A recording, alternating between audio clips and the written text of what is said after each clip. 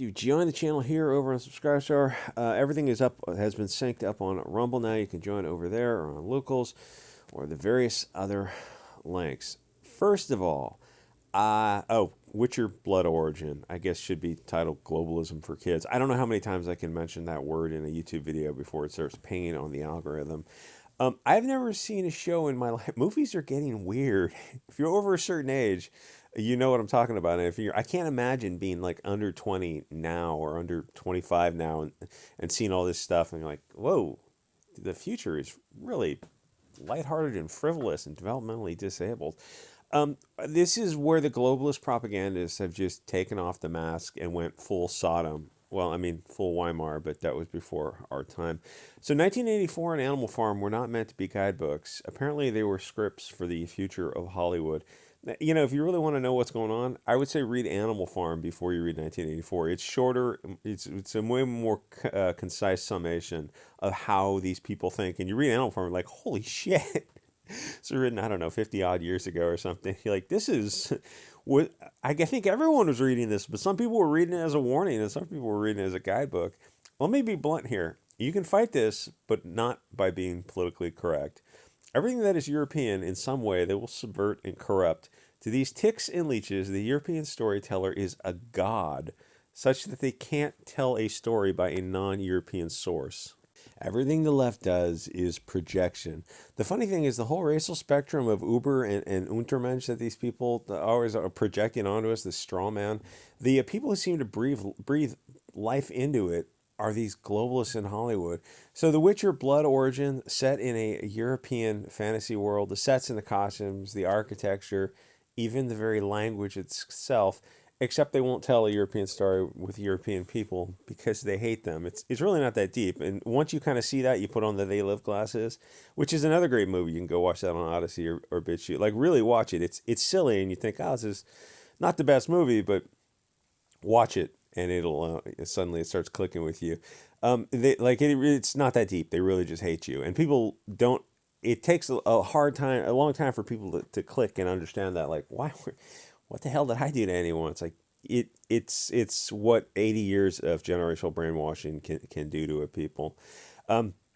So everything, the sets are the same, but they swap out the Europeans who created the background matrix for the stories, and they swap them out for Africans and Asians. Like, it's an Eastern European story. You know, a marginalized and oppressed and disenfranchised and othered systemically and systematically group of people. Yeah. Eastern Europeans. They've had it certainly rough. Marginalized and oppressed people of color with colors and colors. Yeah. So we're going to replace these marginalized and oppressed Eastern European people with other people and tell the Eastern European story with non-Eastern Europeans. That's right, bucko. You got it in one. So it's a fundamental schism between globalists and nationalists, but even the term globalist is a misnomer because it implies a two-way street, except of course it isn't. People are not going to Africa, South America, and Asian stories and putting European characters in them. They're not diversifying them with a Euro-cultural enrichment. So technically it's not globalism, it's a one-way street, only the Europeans are getting replaced in European stories. So I guess it's better named replacement stories or erasure stories. All these are all algorithmically triggering. In fact, you saw how triggered they were when Avatar was loosely inspired by South American stories. That was unacceptable. But to erase the Europeans from the stories they literally created is fine in Hollywood. It's not that deep. They are erasing you from your own stories because they hate you and they can't create their own stories. It's part of the humiliation ritual.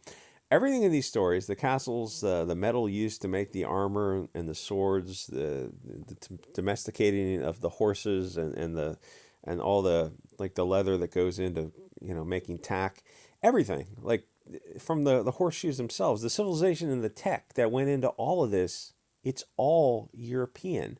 So they replaced them with people who came from a background where they didn't have any of this. Metal armor? Yeah, that's very much a European thing. None of this makes sense until it makes sense, and then you see it, and then you really see it. Your third eye will be wide open. These people are the adversary. This isn't just pop culture. It's Frankfurt School Marxist propaganda to erase you from stories with people who are not you. to make you think that you were never part of anything great, that you have no history, no connection. That is the goal of Bolshevism, to make you spiritually rootless, to destroy nationalism, which has become a dirty word, at least to their mind. But I think we're going to take it back and make it great. Think about this. Imagine a Witcher type story that comes out tomorrow, but it was all Euro people in a Euro setting. The globalists have shifted the window so far that Euro people having something for themselves would trigger them. People aren't fungible. Globalists believe they are, that a Nigerian can be swapped for an Irishman, and the story is exactly the same. Globalists are sick and twisted. They're blinded by 70 years of generational government and media brainwashing to believe a narrative and to call anyone who isn't media brainwashed a Hugo Boss. Everything they know from Hollywood TV. Like the same people that were flying to islands and cheering on Weinstein in Hollywood are the same people who are controlling your psychological narrative, your morals and values of judgments. It's like you ever find yourself repeating something and then you stop and go, wait, oh, what does that word mean? Why am I repeating this? Where's the source of this knowledge? What would it take for me to believe something differently? And all of a sudden the puppet masters get very, very nervous when people start asking questions. Who benefits? Follow the money trail. Who are you and what's your bias in writing this story? They don't want you asking those questions. So think about this. The left-wing Twitter people are in lockstep with the mainstream media, mainstream social media, every single corporation, banks and financial institutions, and the globalists in government and the derp state. We are nationalists who believe people are not interchangeable. They're discrete, unique entities. It took 15 billion years to create us. We get kicked off the payment processors, the mainstream social media sites, even the banks cancel our accounts, and yet these left-wing soy boys think they are the counterculture raging against the machine. My brothers in Lucifer, you are the machine. To say you want to see European people in a Euro story, that not all things are for all people, is modern-day wrongthink. Diversity kills stories. It's modern-day Marxist propaganda that mindless NPCs, they just repeat this stuff without stopping to think about it. And when you stop and ask them questions and start questioning this rabbit hole, not immediate deflection and ad hominem, and then they get emotional and they get angry about it. It's like, just ask yourselves, why do you think you believe the thing? Everything I know about the South, I learned from Hollywood. Guys in pickup trucks with stars and bars and rifle racks are the most dangerous people in the South because Hollywood told me that. Okay, think about what you just said. And for many people, it's like, that's the narrative. I saw it on TV. It must have some basis in reality. No, it has no basis in reality. It's a narrative.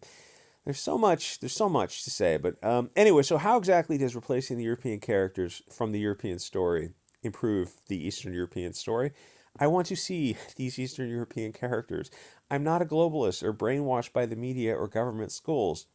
I value the European people who created these stories.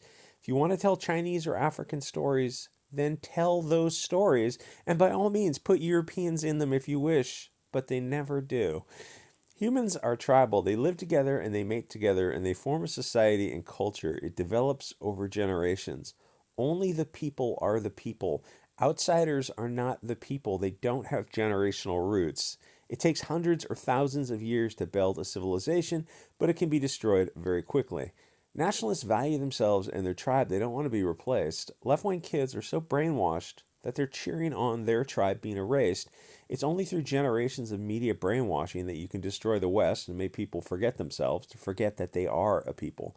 That is exactly what you see before you, a generational brainwashing campaign that was remarkably effective. People are literally watching stories that erase the people who made them great.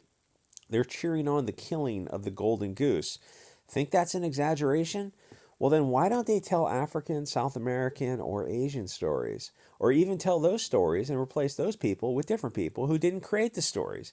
Tell a Chinese story but put Africans in it. Doesn't it seem odd to you that they don't replace characters in non-European stories? They don't even tell those stories. Hollywood isn't Hollywood. It's a globalist machine to brainwash kids into thinking that they are nothing, they came from nothing, they never were connected to greatness, they are rootless and alone, and their great European stories were always full of non-Europeans. In fact, the non-Europeans were the ones who really created those stories. No, Witcher isn't doing a lot of heavy lifting in the war of nationalists versus globalists. This is a war. You're in it, whether you can see it or not. It's fought on many fronts, and the globalists are winning because the nationalists are allowing the left to set the terms and conditions. The right isn't even fighting. They enjoy the soy slop and sports ball, more high fructose corn syrup, video games, and degrading, dehumanizing prawn. Prawn's another rabbit hole, which I've made a few videos for Subscribestar on. It's not a tale you will learn from a YouTube Jedi, but it's one that should be carefully examined. So it's not just a movie. To discount the power of Hollywood means that you don't understand the battlefield. This has been an information war propaganda for 80 years, and it is fought entirely by the left. The right just sits on their fat asses and concedes ground. I heard Alex Stein, who I know the middle of the road, thinks he's really funny. And he is legitimately, yeah, he's a comedian. I mean, keep that in mind. He was on the Andy Worski show like 2 nights ago. Andy Worski's got a show called Daka Daka. He's back on YouTube, and good for him. He's doing. I mean, he makes, entertaining videos. It's just like pop culture stuff. It's fun.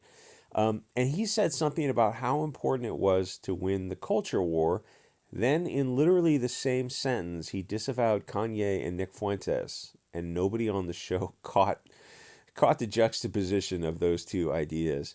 Kanye and Nick, whether you agree with them or not, are on the edge of the culture war. The right loses and continues to lose because they sell out anyone a millimeter to the right of their current position, which is itself constantly shifting to the left because the right doesn't move it to the right. The left doesn't disavow the literal terrorists of the far left, but the right disavows the far right because they say words that the left tells the milquetoast right are not allowed, and the milquetoast right allows the left to determine the rules of conflict. No wonder the left is winning. Even the right-wing dissemination of information areas are con ops. You can't win by anyone who is not con ops will get disavowed by the con ops media. The right wing, in quotes, con ops media. Don't say anything in the comments.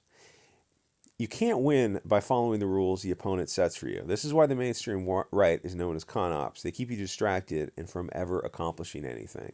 They want you in this narrow spectrum of allowable beliefs, and you can fiercely debate anything within that narrow spectrum, but anything that goes outside that spectrum, you will be destroyed for. The goal is just to get you to waste your time while the left wins. That's why the left and the right. Anyway, like, comment, subscribe. Don't say anything in the comments, and I'll see you guys all on Alt Media.